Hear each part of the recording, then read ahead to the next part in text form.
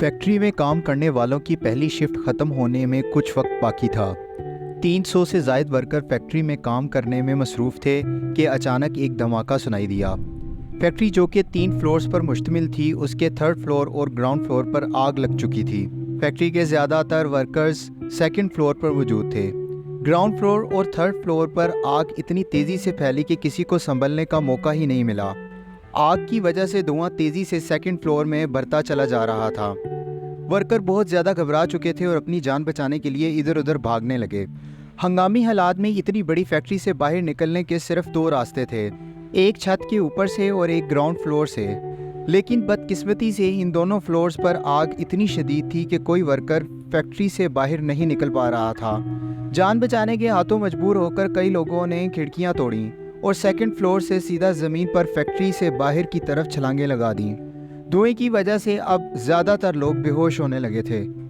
Factory में कपड़े की बहुत बड़ी मिकदार मौजूद थी और इसी के साथ साथ मशीनों को चलाने के लिए डीजल और पेट्रोल का भी इस्तेमाल किया जाता था, जिसकी वजह से आग चंद ही मिनटों में पूरी फैक्ट्री में फैल चुकी थी। जो लोग खिड़कियों से छलांगें लगा रहे थे, उनमें से कई लोग या तो मर गए या टांगे टूटने की वजह से हमेशा के लिए माजूर होते जा रहे थे। आग तेज़ी से 2nd फ्लोर पर फैल गई और देखते ही देखते 264 लोग जिंदा जल गए। ये पाकिस्तान की तारीख का सबसे खौफनाक हादसा था जो रोनुमा हो चुका था। चंद ही लम्हों में कमोबेश 264 लोग लुक़्मा अजल बन चुके थे, जिनमें नौजवान लड़के, औरतें और सीनियर सिटीज़न भी शामिल थे। पहल तो ये खबर ज़्यादा नशर नहीं हो रही थी, क्योंकि सभी मीडिया वाले इसे एक रूटीन का हादसा समझ रहे थे कि किसी शॉर्ट सर्किट की वजह से फैक्ट्री में आग लग गई है और कुछ देर बाद आग पर काबू पा लिया गया है।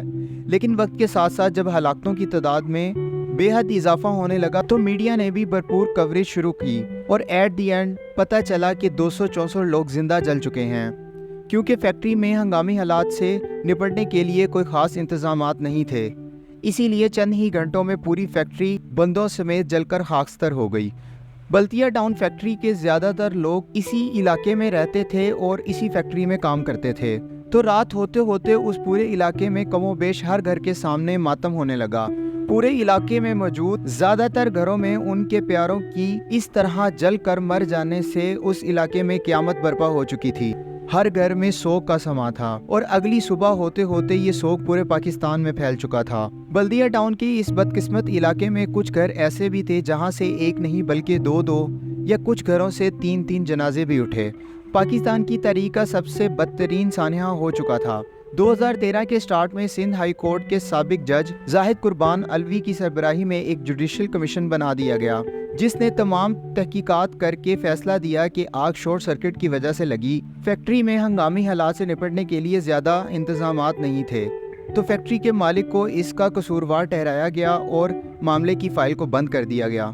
2014 में इस केस की file additional district and session जज नौशाबा काजी की अदालत में मुंतकिल कर दी गई, जिसमें फैक्ट्री के मालिकान को ज़मानत पर रिहा कर दिया गया और वो अदालत की इजाज़त से बैरून मुल्क चले गए और आज तक बैरून मुल्क ही मुकीम हैं। साल 2015 में 9 मेंबर्स पर मुश्तमिल एक और JIT तश्कील दे दी गई, जिसकी सदारत उस वक़्त के DIG सुल्तान ख्वाजा कर रहे थे और यहाँ से इस कहानी में एक नया और खौफनाक मोड़ आया। इसी अदालत में सिंध रेंजर्स ने एक रिपोर्ट जमा करवाई। उसमें ये बताया गया कि एक मुलजिम जिसका नाम रिजवान कुरैशी था, जो कि नाजायज़ असला के एक केस में गिरफ्तार था, उसने तफ्तीश के दौरान ये इंकशाफ किया है कि कराची बल्दिया टाउन फैक्ट्री में आग लगी नहीं बल्कि लगाई गई थी। मुलजिम रिजवान के मुताबिक आग लगाने वालों का ताल्लुक उस वक़्त की एक सियासी जमात MQM यानी मुत्तहदा कौमी मूवमेंट से था। उसने इसी पार्टी से ताल्लुक़ रखने वाले 3 लोगों के नाम दिए जो इस सानहे के मरकज़ी किरदार थे: हम्माद सदीक, रहमान भोला और ज़ुबैर उर्फ चरिया। ज़ुबैर उर्फ चरिया फैक्ट्री का मुलाजिम था जिस वक़्त ये सानहा हुआ था और उसने हम्माद सदीकी के कहने पर रहमान भोला के साथ मिलकर ये जुर्म किया था। इन सब के खिलाफ पुलिस की जानिब से एक चालान भी जमा करवा दिया गया और इन सब को भी इस केस में नामजद कर दिया गया। 2016 में इस केस में दहशतगर्दी की दिफात को भी शामिल कर दिया गया और ये केस ATC यानी इंसदादे दहशतगर्दी अदालत में मुंतकिल कर दिया गया। हम्माद सदीकी, ज़ुबैर चरिया और रहमान भोला मुल्क से फरार हो चुके थे, तो अदालत के हुक्म पर इन सब के रेड वारंट्स जारी कर दिए गए। इसके बाद इंटरपोल की मदद से रहमान भोला को थाईलैंड और ज़ुबैर चरिया को सऊदी अरब से गिरफ्तार कर लिया गया اور انہیں پاکستان لایا گیا۔ رحمان بولا نے عدالت کے سامنے اپنا کنفیشن دیتے ہوئے بتایا کہ زبیر چریا کی مدد سے فیکٹری مالکان سے 20 کروڑ کا بھتہ مانگا گیا جو وہ نہ دے سکے۔ تو زبیر چریا اور رحمان بولا نے حماد صدیقی اور ایم کیو ایم پارٹی کی قیادت کے کہنے پر فیکٹری میں کیمیکل کا استعمال کرتے ہوئے آگ لگا دی، اور پھر مزید اس نے بتایا کہ اس واردات کے بعد معاملے کو دبانے کے لیے حماد صدیقی نے فیکٹری مالکان سے پیسے بھی وصول کیے۔ عدالت کے سامنے رحمان بولا اور زبیر چریا نے پارٹی قیادت کی ایما پر آگ لگانے کا اعتراف کیا، لیکن 2019 میں وہ اپنے اس بیان سے مکر گئے اور کہا کہ یہ بیان ان سے زور اور زبردستی سے ڈرا دھمکا کر لیا گیا ہے۔ اس کیس کے وکلا بار بار تبدیل ہوتے رہے، عدالتیں بھی بدلی جاتی رہیں۔ 768 گواہان کی لسٹ جمع کروائی گئی، جس میں سے 368 گواہ اپنے بیان سے مکر گئے اور 400 گواہان کا بیان قلم بند کر لیا گیا۔